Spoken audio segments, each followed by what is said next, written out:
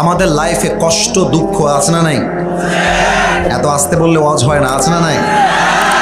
আমাদের লাইফে প্যারা প্যারা প্যারা প্যারা আছে না নাই? কৃষক ধান লাগিয়েছে, আদৌ কি ধানের ফসলটা ভালো হবে কিনা টেনশন আছে না নাই? পরীক্ষা দিয়েছি, আদৌ পাশ করব, টেনশন আছে না নাই? বিয়ে করতে চাই, বউ পাবো কিনা, আদৌ টেনশন আছে না নাই? বলো, টেনশনের কোনো শেষ নাই, লাইফে সমস্যার কোনো শেষ নাই। আমি আজকে ভূমিকার কথায় এটা বলতে চাই যে আপনি আপনার লাইফের খারাপ সময়ের সাথে যুদ্ধ করবেন কেমন করে, খারাপ সময়ে টিকে থাকবেন কেমন করে, এই পিঠ যখন দেয়ালে ঠেকে যাবে আপনি টিকে থাকবেন কেমন করে। প্রথম কথা, খারাপ সময়টাকে জাস্ট একটা স্মাইল দাও, মুচকি হাসি দাও অ্যান্ড মুভ অন। আরে বেটা, খারাপ সময় এসেছে মানেই ভালো সময় আমার সামনে অপেক্ষা করছে, ঠিক কিনা বলো? ভয় পেও না, বুক চিরে দাঁড়িয়ে যাও, আল্লাহর ভরসায় সাহসটা বাড়াও, আল্লাহর নামে আগুন জ্বালাও বুকে, সত্যের পথে চলো, সাহস রাখো মুখে, ভয় পেলে চলবে না, রক্তে আগুন ধরাও, আল্লাহর সৈনিক তুমি, সেই পতাকা উড়াও। আরে আল্লাহ যখন পাশে, কিসের এত ভয়? তাওয়াক্কুল করো, কাছে আসবে বিজয়। আধারে ভয় পেও না, আলো আছে আড়ালে, অন্ধকার পালিয়ে যাবে তুমি উঠে দাঁড়ালে। আল্লামা ইকবাল কি সুন্দর করে লিখেছেন, গম কে বাদ খুশি জরুর আতি হ্যায় और ये खुशी रब के तरफ से ही आती है, हर रात के बाद दिन की रोशनी छा जाती है और सब्र करने वालों को नेमत मिल ही जाती है। जो दुख में भी रब को याद करता है, रब उसका हाथ कभी नहीं छोड़ता। जो दुनिया से कुछ ना कहे, बस अपनी रब से कहता है, उसकी दुआओं का जवाब खामोशी में आता है। जब तुझे मांगना हो तो उसी से मांग, जब तुझे पुकारना हो तो उसी को पुकार, जब तुझे भरोसा करना हो तो उसी पर कर, क्योंकि भरोसे के काबिल सिर्फ वही है, वो तेरा रब है, वो तेरा अल्लाह है। আমার সুখে দুঃখে আমার ভরসা এক সত্তার উপরে। আওয়াজ দিয়ে বলেন সবাই, তিনি কে? খারাপ সময়কে আপনারা এনজয় করবেন, কারণ ভালো সময়কে সামনে রেখে দিয়েছে একজন, তিনি কে? মাইন্ডকে কুল করেন, স্থির হন। আমি 1 থেকে 3 গুনছি, যা হয়ে গেছে जो हो गया, गुजरा हुआ जमाना कभी वापस नहीं आता।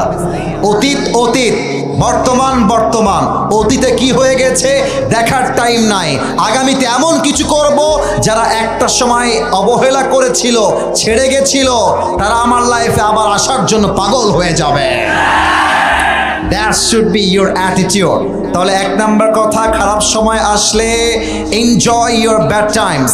খারাপ সময়টা মাথায় রাখবেন। এই সিরাজগঞ্জের উল্লাপাড়ার ঘাটিনার ভাইরা, খারাপ সময়টা চুপচাপ বসে থেকে কান্না করলেও কেটে যায়, খারাপ সময়টা মুচকি হাসি দিয়ে আলহামদুলিল্লাহ বলেও কেটে যায়। জীবনটা আসলে কেটেই যায়। এই জীবনে ভালো সময়টাও পার্মানেন্ট না, খারাপ সময়টাও পার্মানেন্ট না। আল্লাহ বলছে, বান্দা, in all the situations in your life, তোর লাইফের প্রত্যেকটা মুহূর্তে, লা ইন শাকারতুম লা আযীদান্নাকুম ওয়া লা ইন কাফারতুম ইন্না আযাবি লাশাদীদ। আল্লাহ বলছে, if you are grateful I will increase your নিয়ামা। বান্দা, তুই যদি শুকরগুজার হতে পারিস, একবার পড়তে পারিস আলহামদুলিল্লাহ, তোর যা আছে তার দ্বিগুণ আমি আল্লাহ বাড়াই দিব। সুবহানাল্লাহ পড়েন সবাই। তাহলে 1 নাম্বার, খারাপ সময়ে চুপচাপ মগার মতো বসে থাকবেন না, খারাপ সময় এনজয় করবেন। আর একটা বাক্য সবাই পড়বেন, পড়েন তো সবাই আলহামদুলিল্লাহ। আওয়াজটা সিরাজগঞ্জের হয় নাই, আরেকবার পড়েন তো আলহামদুলিল্লাহ। 2 নাম্বার কথা, খারাপ সময় যদি লাইফে খুব বেশি এসে যায়, মাথায় রাখবা, লা তাকনাতু মির রাহমাতিল্লাহ, never lose hope from the mercy of your lord. রবের রহমত থেকে নিরাশ হয়ে যেও না। আল্লাহ বলছে, বান্দা, জাস্ট 2টা হাত তোল, কাছে ক্ষমা চা, তওবা কর। তোর চোখের এক ফোঁটা পানি নাকের ডগায় আসার আগেই আমি আল্লাহ তোর জীবনের সব গুনাহ খাতা মাফ করে দিব। সুবহানাল্লাহ পড়বেন না আপনারা সবাই?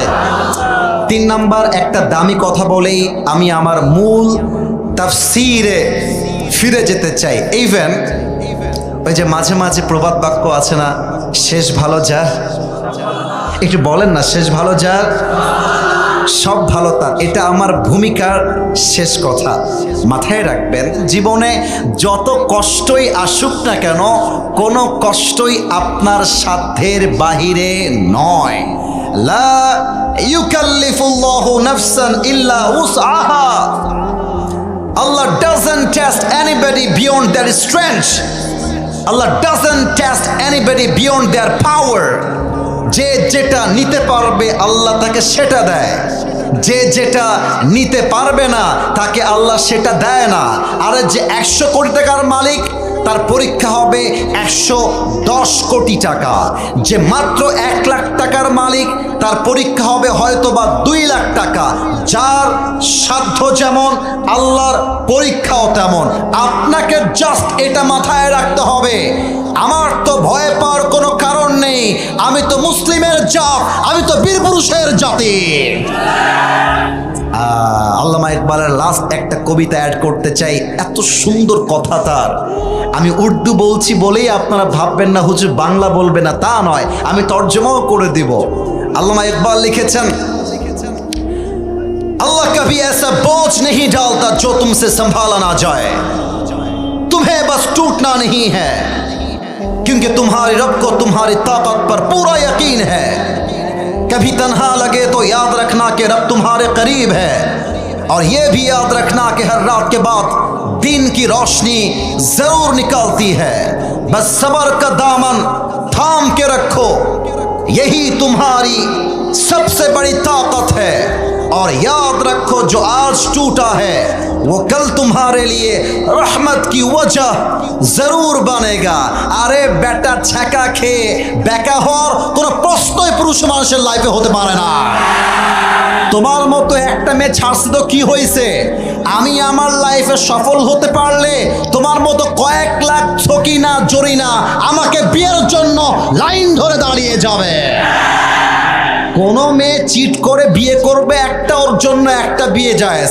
তুমি বেটা মানুষ, মরদ মানুষ, ও একটা করবে, তুমি 4টা করে দেখায় দিবা, বেলার কোনো কারণ নাই। অতএব যত কষ্ট এসেছে আল্লাহ জানেন আমরা নিতে পারবো, তাই এই পরীক্ষা আমাদেরকে ফেলেছে একজন, তিনি কে? আপনাদের বউ আছে কার কার, একটু হাত তোলেন তো। বউ আছে? আচ্ছা, বউ আছে, হাত নামান। এবার কপাল পোড়া হতভাগা সিঙ্গেলরা হাত তোলো সবাই।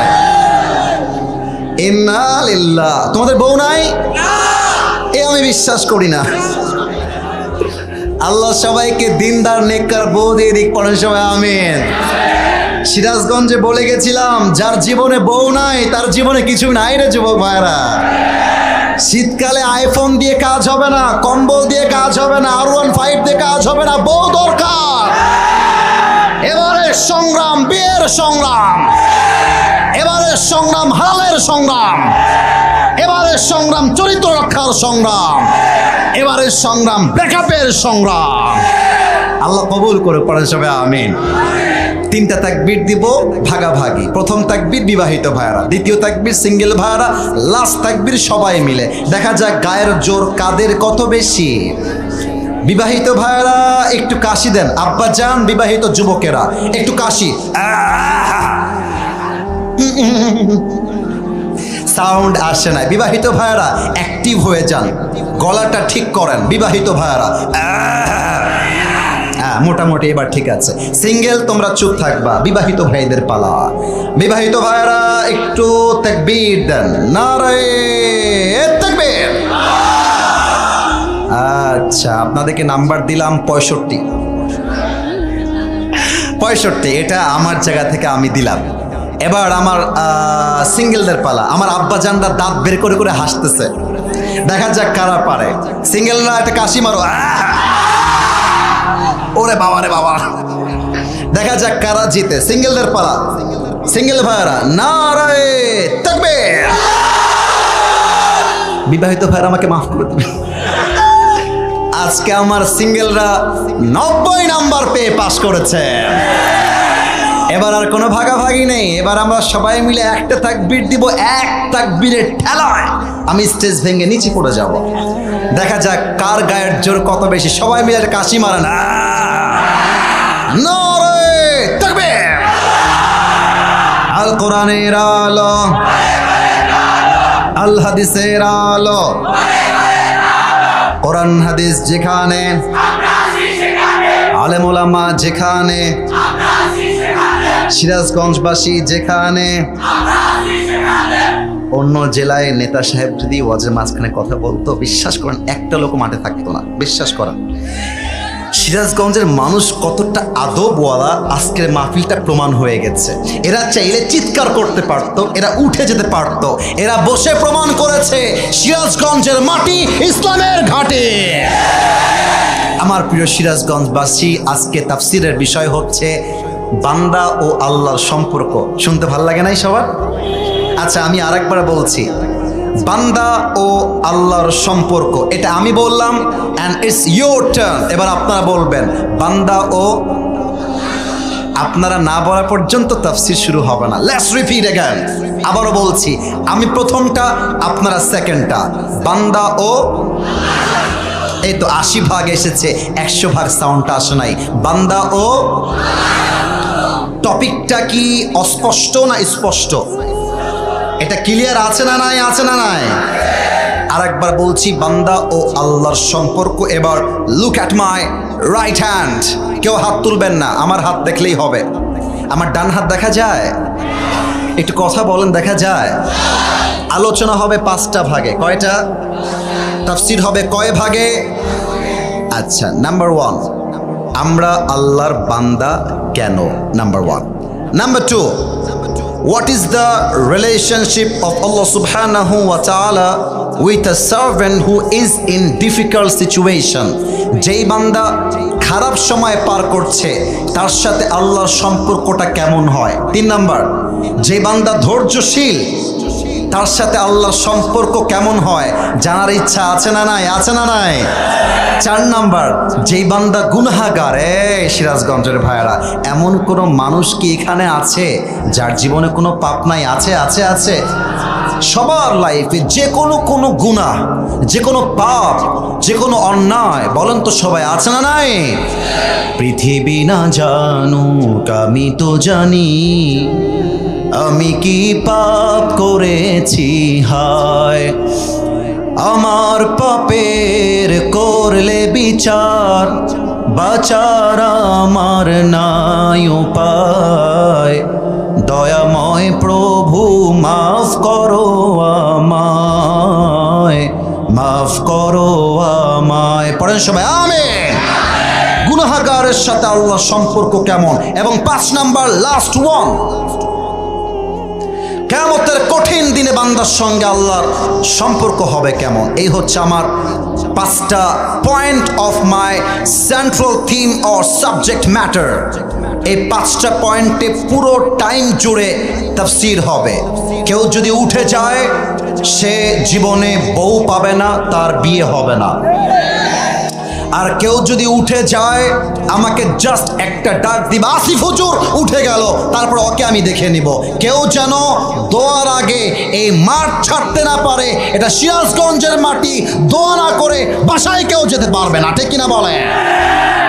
আমরা কেন আল্লাহর বান্দা? একদম ক্লিয়ার কাট কথা, সোজা ভাষায় বলছি। আপনারা গাজীপুরের নাম শুনছেন না সবাই? কথা না বললে ওয়াজ করি কেন না? শুনছেন না আপনারা সবাই? আচ্ছা, যারা ঢাকায় গেছেন দেখবেন গাজীপুর হয়ে ঢাকায় ঢুকতে হয়। গাজীপুরে অনেক গার্মেন্টস আছে না? একটু জোরে বলেন, গার্মেন্টস আছে না নাই? মনে করেন পেছনে যে বিল্ডিং দেখতে পাচ্ছি, 1 তলা বা 2 তলা, এটা বিশাল বড় একটা গার্মেন্টস। এই গার্মেন্টসে কর্মী আছে 300 থেকে 400। আমি আসিফ হুজুর এদেরকে বেতন দেই, এদেরকে খাওয়াই, এদেরকে থাকার জায়গা দিয়েছি। তাহলে কি বস ওরা হবে না আমি বস হব? বোঝেন নাই? ওরা না আমি বস হব। কারণ আমি থাকার জায়গা দিয়েছি, আমি বেতন দিচ্ছি, আবার আমি 3 বেলা খাবারটা প্রোভাইড করছি। এবার বলেন তো আমাদেরকে জীবন দিয়েছে কে? এত আস্তে বললে হবে না, কে? আমাদের স্রষ্টাকে, আমাদের রিজিকের মালিককে, আমাদের রবকে। আল্লাহ আমার রব, এই রবই আমার সব, দমে দমে তনু মনে তারি অনুভব। তোমার দুনিয়াতে আমি যেদিকে তাকাই, অথই নিয়ামতে ডুবে আছি সবাই। পাখপাখালির কণ্ঠে শুনি তাসবিহ কলো রব, তাসবিহ কলো রব। পড়েন না সবাই, আল্লাহ আমার রব, এই রবই আমার সব, দমে দমে তনু মনে তারি অনুভব। রবকে আমার আল্লাহ তাআলা বলছেন, বান্দা শোনো শোনো, ইয়া আইয়ুহান নাসু উবুদু রাব্বাকুমুল্লাযী খালাকাকুম ওয়াল্লাযীনা মিন ক্বাবলিকুম লাআল্লাকুম তাত্তাকুন। ইবাদত করো সেই বান্দার, ইবাদত করো সেই আল্লাহর, যে আল্লাহ তোমাকে সৃষ্টি করেছেন এবং তোমাদের পূর্বের জাতিকে সৃষ্টি করেছেন, যাতে করে তোমরা ভয় করতে পারো এক সত্তাকে। বলেন সবাই, তিনি কে? এবার উত্তর দেন তো, আমাদের শেষ নবীর নাম কি? এখানে কোনো কম্প্রোমাইজ চলবে না। নবীর নাম আমি বলবো, আপনারা বলবেন সাল্লাল্লাহু আলাইহি ওয়াসাল্লাম। রেডি আছেন সবাই? আমাদের প্যারা নবী, সাইয়্যিদুল কাউনাইন, সাইয়্যিদুল মুরসালিন, বিশ্ব মানবতার মুক্তির দূত নবী মুহাম্মদুর রাসূলুল্লাহ সাল্লাল্লাহু আলাইহি ওয়াসাল্লাম। আপনারা জানলে অবাক হবেন। এটা হয়তোবা আপনাদের কাছে একটু ভুল মনে হতে পারে, বাট যা বলছি জেনে বুঝে রিসার্চ করে, ইভেন এই যে আপনাদের ঘাটিনা ব্রিজ আছে না, ব্রিজ, এখান থেকে তো মনে 5-10 মিনিট হবে না ভাই, আমার রাস্তাটা 5-10 মিনিটই হবে। ওখানে বসে বসেও আমি এটাই রিসার্চ করছিলাম যে নবী যখন নবুয়ত পান নাই, এ কথা কি বলে ওখানে? না না, এটা করো না, কথা বলো না, কলিজা ভাই আমার, কথা বলো না। দেখো সবাই চাতক পাখির মতো বসে আছে, তুমি তাকায় থাকো আমার দিকে। নবী যখন ওহী এখনো পান নাই, ওহী নাজিল হয় নাই, নবীজি ভাবছেন যে আমি কে, কি আমার পরিচয়, আমি কেন দুনিয়ায় আসলাম, কি আমার পারপাস, কি আমার উদ্দেশ্য, এই চিন্তায় তিনি মগ্ন থাকতেন। গারে হেরা লম্বা সময় তিনি ধ্যানে মগ্ন থাকতেন। উনি যখন হতাশ, উনি যখন চিন্তায় চিন্তিত, আমি কে, কে আমার রব, কি আমার উদ্দেশ্য, আল্লাহ বললেন, নবী ইকরা বিসমি রাব্বিকাল্লাযী খালাক, read in the name of your lord who has created. পড়ো তোমার প্রভুর নামে, যিনি তোমাকে সৃষ্টি করেছেন। নবী বুঝতে পারলেন আমি কোনো উদ্দেশ্যহীন বান্দা নই, আমার উদ্দেশ্য ইসলাম, আর আমাকে সৃষ্টি করেছে একজন, তিনি কে? তাহলে বুঝে গেল এক কথায়, বাংলা কথা, সারাংশ কথা, আল্লাহ খাওয়ায়, আল্লাহ পড়ায়, আল্লাহ মারে, আল্লাহ বাঁচায়। অতএব আমরা বান্দা কোনো মূর্তির নই, আমরা বান্দা একজনের, মুসলমান। আওয়াজ দিয়ে বলো, তিনি কে? 1 নাম্বার পয়েন্ট শেষ। 2 নাম্বার, আপনারা সবাই আল্লামা সাঈদীর নাম শুনেছেন না? আপনাদের আওয়াজটা একটু কম মনে হয়েছে, শুনছেন? উনি তো আমাদের কলিজা ভাই, উনি আমাদের ভালোবাসার মানুষ। উনি শিখিয়েছেন বাতিলদের সামনে কেমন করে মাথা উঁচু করে কথা বলতে হয়। জীবনে শহীদ হয়ে গেলেন, বাতিলের সামনে মাথা নত করলেন না। ধৈর্য দেখেছেন? সবর কাকে বলে? আল্লামা সাঈদীকে বলা হয়েছিল রাজাকার। আপনারা তো আমার কথা শুনলে বলবেন, হুজুর মনে হয় এটা রাজনীতির আলাপ না। ডক্টর আজহারী কোনো রাজনীতি করেন না।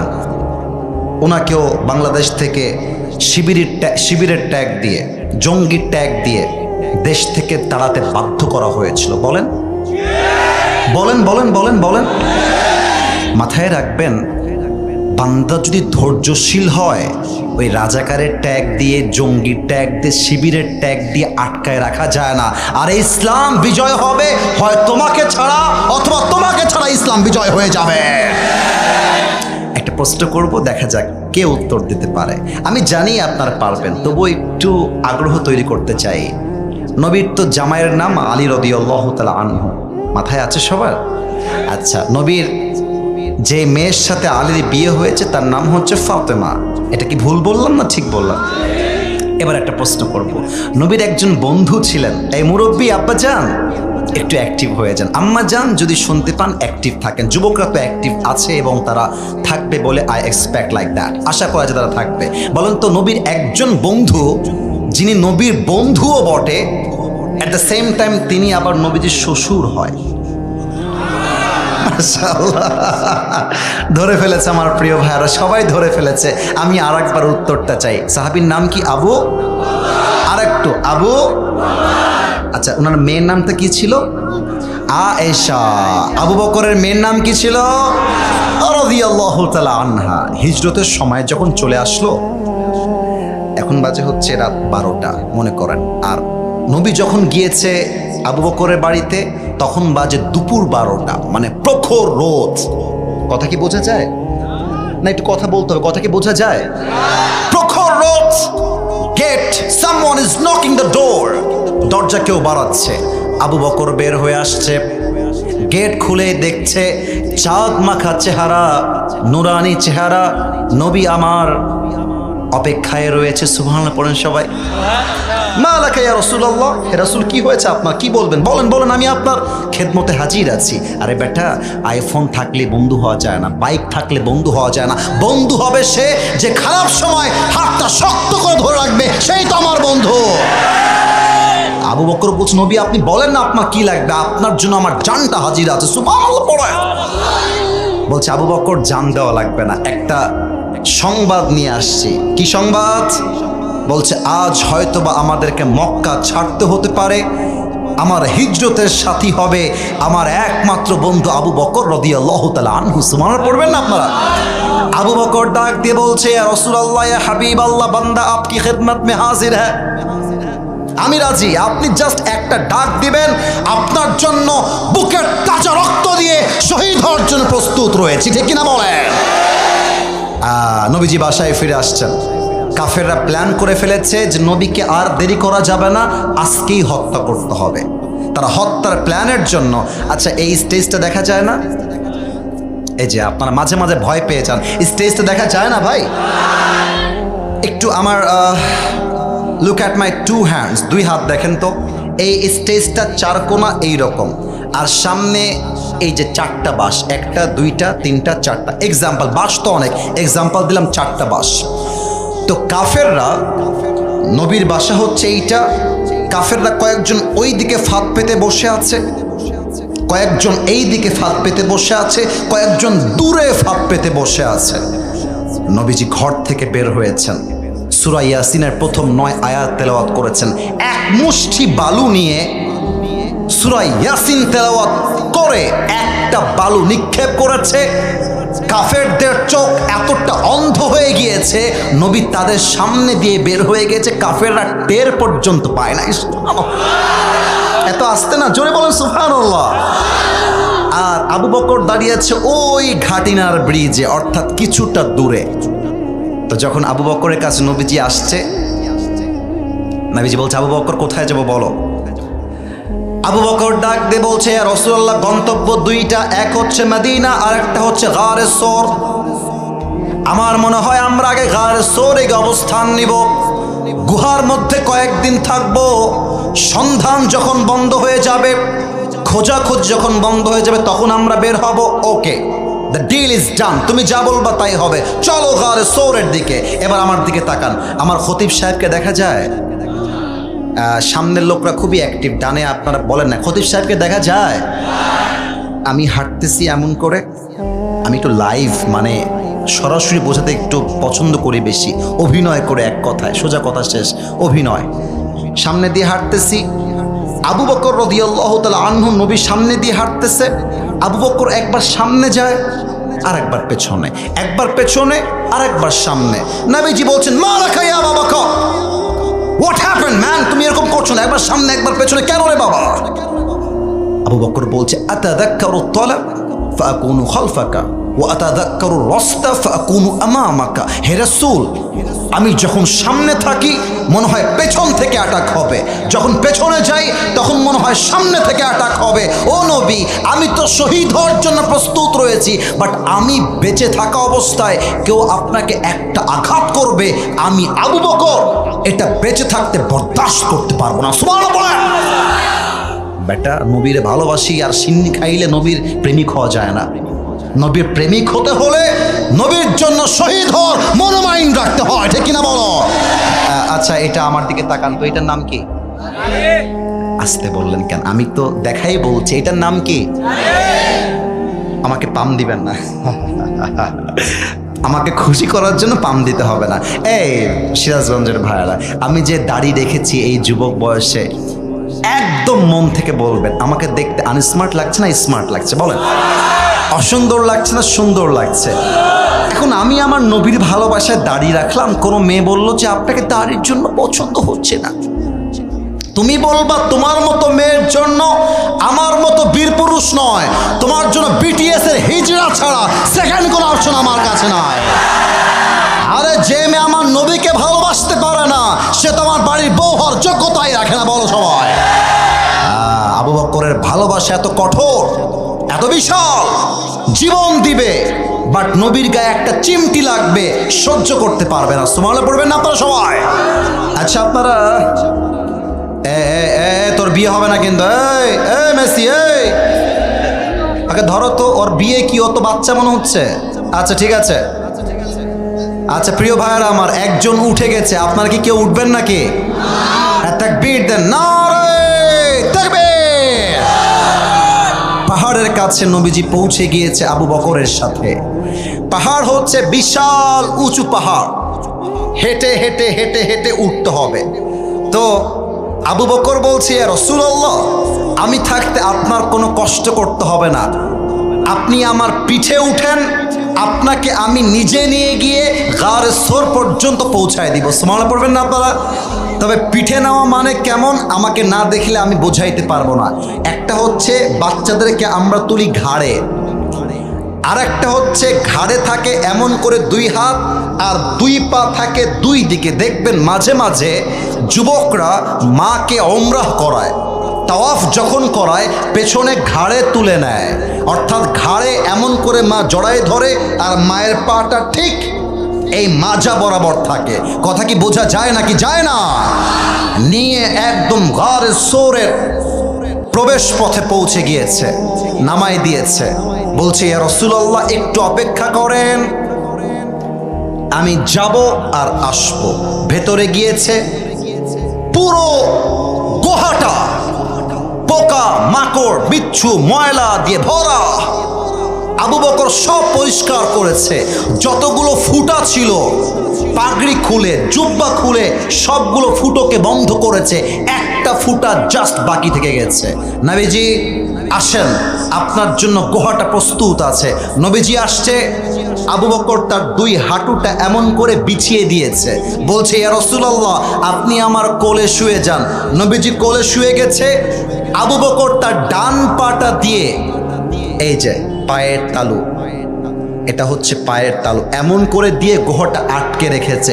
এট দ্য সেম টাইম কিছুক্ষণ পরে সাপ আসছে, সাপ এসে গুহার মুখ বন্ধ দেখে আবু বকরের পায়ের তালুতে এমন করে কয়েকবার ছোবল দিয়েছে, আর বিশেষ যন্ত্রণায় আবু বকরের চোখ মুখ গা হাত পা লাল হয়ে গিয়েছে, কিন্তু একটা মুহূর্তের জন্য চিৎকার করে নাই, কারণ যদি আমার নবীজির ঘুম ভেঙে যায় এটা আমার বেয়াদবি হয়ে যাবে। সুবহানাল্লাহ পড়বেন না আপনারা? কিন্তু একটা পর্যায়ে গিয়ে যন্ত্রণা এত বেশি বেড়ে গিয়েছে, দুই চোখ দিয়ে এক ফোঁটা পানি বের হয়ে নবীর কপালে পড়েছে, নবীর ঘুম ভেঙে গেছে। হে আবু বকর তোমার কি হয়েছে? তোমার চোখ লাল কেন? তোমার হাত লাল কেন? আবু বকর বলছে ফিদাকা আবি ওয়া উম্মি ওয়া কলবি ওয়া রূহি ইয়া রাসূলুল্লাহ, হে রাসূল আপনার জন্য আমার জান কোরবান, বাবার জান কোরবান, মায়ের জান কোরবান। আমাকে সাপে কামড়ে দিয়েছে, ডাকলা না কেন? বলছে নবী হে আমি আপনার ঘুমটা ভেঙে যাবে বেয়াদবির জন্য বিষের জ্বালা সহ্য করেছি, আপনাকে আমি ডাকতে যাই নাই। সুবহানাল্লাহ পড়বেন না আপনারা? এবার নবীজি দুই হাত তুলেছে গারে সোরে, এমনে দেখেন আমার দিকে, দুই হাত তুলে বলছে আল্লাহ আমি আমার বন্ধু আবু বকরের উপরে খুশি আছি, আয় আল্লাহ তুমিও খুশি হয়ে যাও। সঙ্গে সঙ্গে জিব্রাইল আসছে, ডাক দিয়ে বলছে, ইয়া রাসূলুল্লাহ, আল্লাহ আমাকে সংবাদ দিয়েছেন যে আল্লাহ আবু বকরের উপরে খুশি হয়ে গেছে, জান্নাতে আবু বকরকে আপনার ডান হাতের সঙ্গী বানিয়ে দিয়েছে। এবার আপনি আবু বকরকে বলেন যে আবু বকর, তুমি কি আল্লাহর উপরে খুশি আছো কিনা? এত আস্তে বলেন, জোরে বলেন সবাই সুবহানাল্লাহ। এবার বলেন তো আমার প্রিয় ভাইয়েরা, এই যে কঠিন মুহূর্ত, গারে সোরের মধ্যে রয়েছে বিশাল অন্ধকার পাহাড়, ওই জায়গায় নবীর সঙ্গে আছে একজন, তিনি কে? একটু পর কাফেররা আসছে, যখন অ্যাটাক করতে আসবে একদম গারে সোরের গেটে ঢুকে গিয়েছে। তাদের আসার আগেই আল্লাহ দুইটা কাজ করেছে। এক, পুরো গুহাটা আল্লাহ তাআলা মাকড়সার জাল দিয়ে ভরে দিয়েছে, আর প্রবেশ পথে কবুতর ডিম পেড়ে বসে আছে। তো কাফেররা যখন অ্যাটাক করবে, আবু বকর থর থর থর থর থর থর করে কাঁপছে। এই বুঝি নবীর জান হারিয়ে যাবে, এই বুঝি আমরা বিপদে পড়লাম। আল্লাহর রাসূল বলছেন, নো, লা তাহজান, লা তাহজান, ইন্নাল্লাহা মা'না। আবু বকর, ভয় পেও না, ভেঙে পড়ো না, মাথায় রাখো আমরা দুইজন নেই, আমাদের সঙ্গে তিনজন আছে। সেই 3 নাম্বার সত্তা কে? এবার কাফেরদের সর্দার বলছে, এই বেটা, তুই কই নিয়ে আসছিস? এই গুহার মুখ তো মাকড়সার জাল দিয়ে ভরা। এই মাকড়সার জালটাই প্রমাণ করছে এটা নবীর জন্মের আগের মাকড়সার জাল, আর এখানে নবী থাকবে না, বের হ। তারা ওখান থেকে বের হয়ে গেছে, আবু বকরের প্রাণটা ফিরে আসছে। আবু বকর বলছে, হে রাসূল, এবার আমি বুঝে গেছি, রাখে আল্লাহ, মারে কে? মারে আল্লাহ। তাহলে এবার 2 হাত তোলেন, সবাই সবাই 2 হাত তোলেন, প্রিয় ভাইয়ের আমার 2 হাত তোলেন, কেউ যেন মিস না যায়। আমি এসেছি এখানে ঠিক 11টা 2 বাজে, যখন এখন বাজে 12টা 15, 1 ঘন্টা প্রায় 10 মিনিটের কাছাকাছি হবে। আমি কেন এই কথাগুলো বলছি? একটা কারণ, হাত উপরে রাখবেন, একটু সময় দিবেন আমাকে, হাত একটু উপরে রাখেন, একটু উপরে। আমি বলছি এই জন্য, প্রশ্ন করতে চাই। আমাকে বলা হয়েছে রুমালটা দেওয়ার জন্য, আমি রুমালটা ছাড়া অন্য কিছু করতে পারি না, কোথাও আমি করিও না। এটা আমি এখানেও করতে চাই, তবে ওয়াদা করতে হবে আমার সাথে। বলেন সবাই হুজুর। না, এটা ওয়াদা হয় নাই, আরেকবার জোরে, হুজুর, আমরা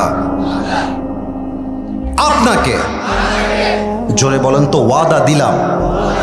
এটা কি জোরে সাউন্ড হইল? ওয়াদা দিলাম আজ দোয়া না করে আমরা কেউ বাসায় ফিরে যাব না। এবার আওয়াজ করে 2 হাত তুলে বলেন তো, ইনশাআল্লাহ। হাত নামান, যেহেতু ফজরের নামাজটা আমাদেরকে পড়তে হবে, 5টা টপিক নয়, 5টা পয়েন্ট নয়। একদম বউ থাকলে বউ পালায় যাবে, কিন্তু বলে দিলাম একেবারে। বসে পড়ো, কেউ যাবেন না প্রিয় ভাইয়ারা। নারে তাকবীর। আমি লাস্ট এটা বলেই আমরা দোয়ার দিকে যাব। একদম লাস্টের কথা বলতে চাই, কিয়ামতের দিন বান্দার সঙ্গে আল্লাহর সম্পর্ক কেমন হবে, এটা বলেই দোয়া হবে। আমার 2 হাত দেখেন তো, বলেন তো, কিয়ামতের দিন আমলনামা হবে 2 ভাগে, এক হচ্ছে ডান আমল, আর এক হচ্ছে, এই যে কথা বলেন না, ডান আমল বাম আমল। এবার উত্তর দেন তো সিরাজগঞ্জের ভাইয়েরা, কত চালাক আপনারা দেখতে চাই। বলেন তো, জান্নাতে যাওয়ার জন্য আমল 100তে কয়টা লাগে? কে বলেছে 51? দাঁড়াও তো, হ্যাঁ রাইট আনসার ছিল, রাইট আনসার। কে বলেছে 51? কি নাম তোমার?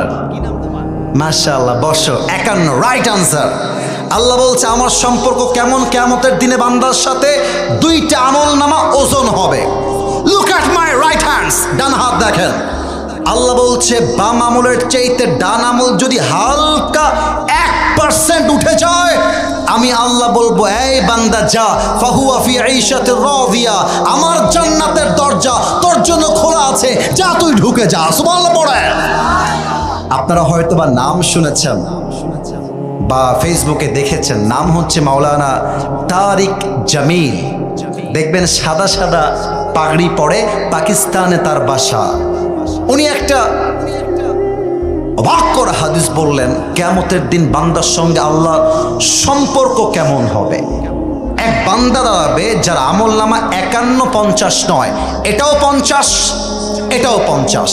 এবার বলেন তো জান্নাতে যাওয়ার জন্য আমল লাগে আর কয়টা? এই যে বোঝে নাই, বলো সবাই কয়টা? একটা। তো ওই যুবকটা বলবে, আরে यार टेंशन की कोई बात नहीं है, मेरी बाप यहाँ पर है, सिर्फ बाप से एक अमल ले लूंगा और मैं सीधा जन्नत में चला जाऊंगा। बाप আছে একটা আমল দিবে, সোজা আমি জান্নাতি হয়ে যাব।